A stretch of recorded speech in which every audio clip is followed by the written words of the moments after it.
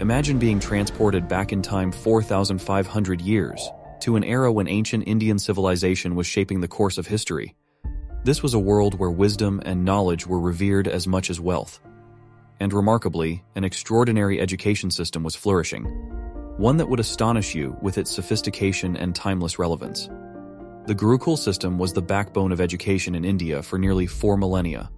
This traditional learning model produced great scholars who made seminal contributions in diverse fields like astronomy, mathematics, grammar, philosophy, fine arts, and more. Let us dive into the captivating world of ancient Indian education. Imagine waking up in a Gurukul, not to the beep of an alarm clock, but to the distant call of a conch shell while it's still dark.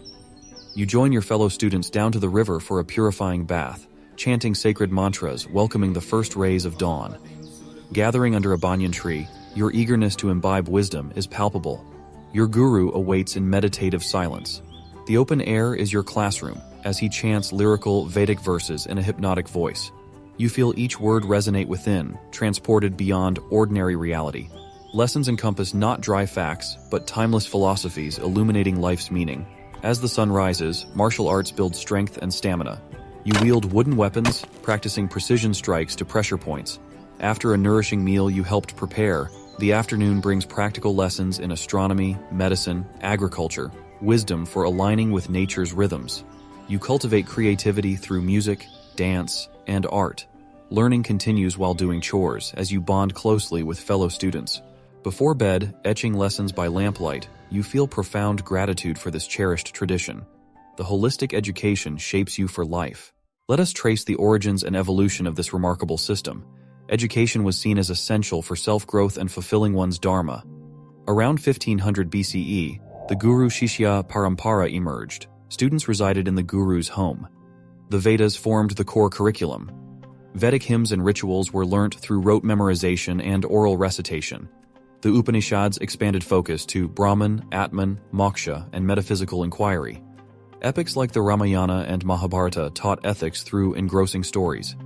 Teaching methodology emphasized critical thinking and self-reflection over rote learning.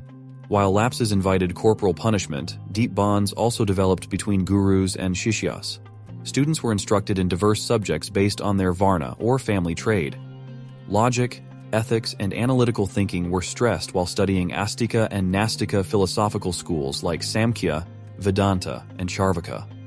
Scientific subjects included Ganita, mathematics, covering theories from basic geometry and algebra to advanced concepts propounded by scholars like Aryabhata and Brahmagupta, Ayurveda, medicine, with diagnostic approaches and herbal cures, and Krishi, agriculture, imparting techniques for soil management and productive farms.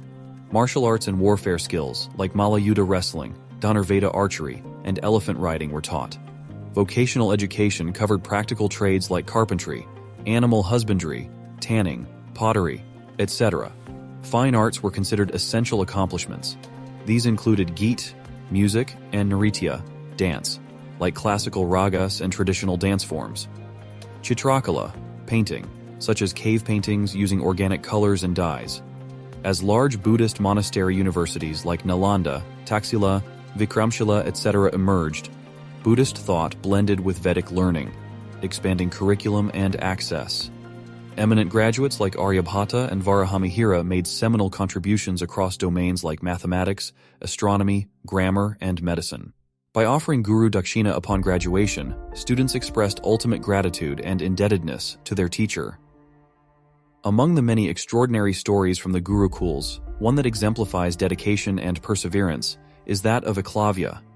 Unable to gain admission to train under the great archery teacher Dronakarya, Eklavya retreats to the forest where he fashions a clay likeness of Dronakarya and treats it as his guru. Through devoted practice before the clay idol, visualizing Dronakarya's instructions, Eklavya achieves remarkable skill, becoming an archer equal to the legendary Arjuna.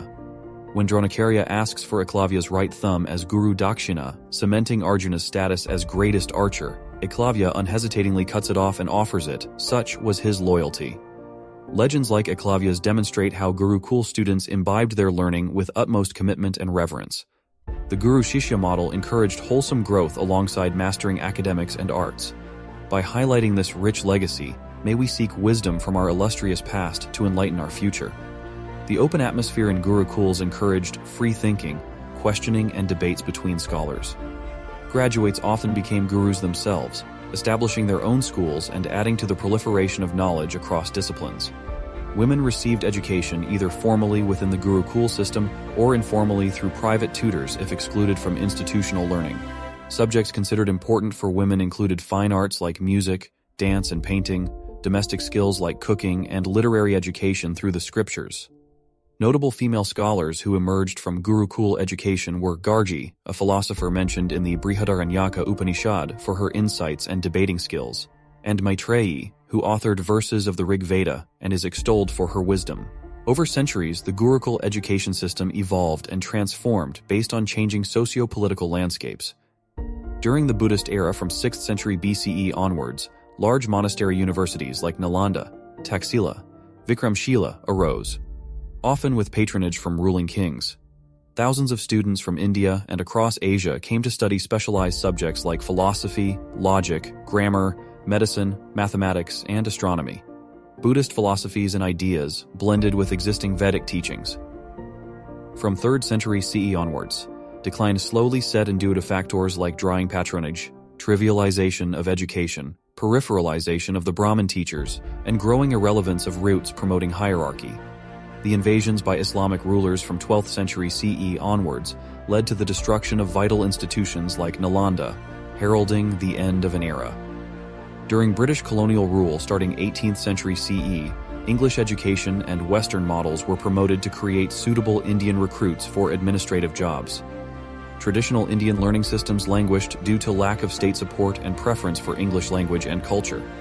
Indigenous systems like Gurukuls slowly faded away. Yet, the imprint of ancient Indian education has had a lasting impact on India's knowledge systems, sciences, mathematics, linguistics, arts, and culture over the millennia. Concepts and subjects founded in India, like grammar, logic, astronomy, mathematics, medicine, were further developed by civilizations across the world. Yoga and meditation entered mainstream global consciousness as health practices promoting mind-body well-being. India's continuing contributions in mathematics, science, and technology trace their origins to Gurukul teaching. In modern times, while ancient Gurukul models cannot be precisely replicated, their core vision and principles remain powerfully relevant. Their emphasis on ethics, questioning, analytical rigor, and all-round development of learners' intellectual, spiritual, and creative potentials holds significance even today. Blending holistic growth of character alongside academic excellence is an ideal that contemporary education policies can draw inspiration from. The iconic legacy of ancient Indian Gurukul education lives on, reminding us that the ultimate aim of learning was and remains the journey towards enlightenment.